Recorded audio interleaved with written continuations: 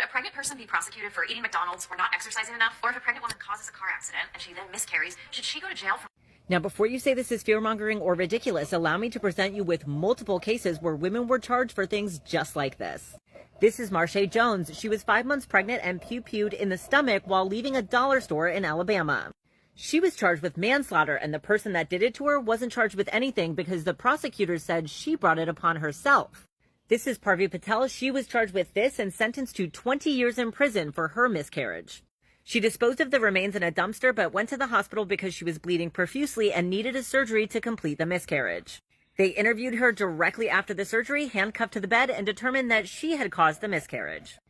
This is Melissa Ann Rowland. She was charged with the capital offense of unaliving for declining a C-section while giving birth to twins. She later agreed to a C-section after continuing to try a natural birth, but one of the twins didn't make it. And because she declined the C-section, she was charged with unaliving. Every single one of these cases was before the overturn of Roe. And while we're at it, diagnosed with cancer and needs chemotherapy, but that chemotherapy could be toxic. That is actually happening right now since the overturn of Roe. Multiple female patients across the country are being denied chemotherapy because they are pregnant. So if these personhood laws go into place, if you think they will not prosecute you for not getting prenatal care fast enough, not wearing a seatbelt, or asking for it when someone hurts you, think again.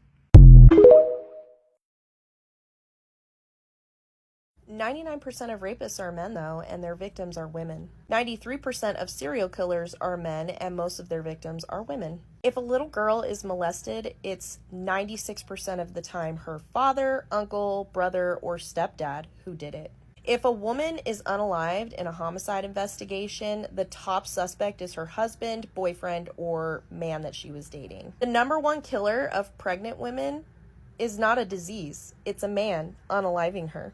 Women are dying in emergency rooms all the time because they can't get a D&C for a miscarriage because of laws that men passed. In countries with rampant religious nationalism, women are unalived for simply going to school or speaking.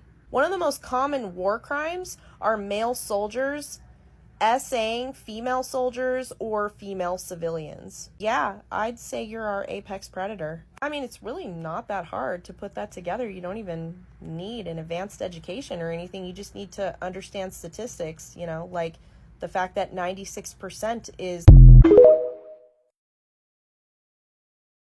So, I believe that any society, any community is not supposed to have so many men.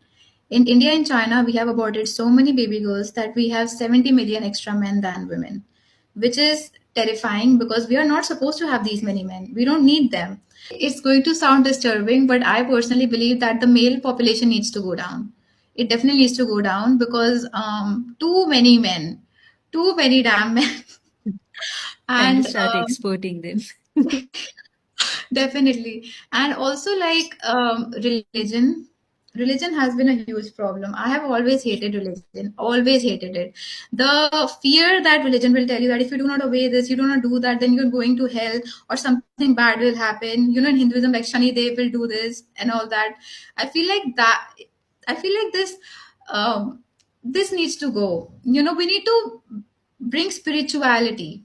We need to divinify the female because that's what a female is. A female body is so interesting. She can create life from her own body. She is smarter biologically. Her brain is she has more brain cells than a man. Her prefrontal cortex is much more developed than a man. She is meant to lead.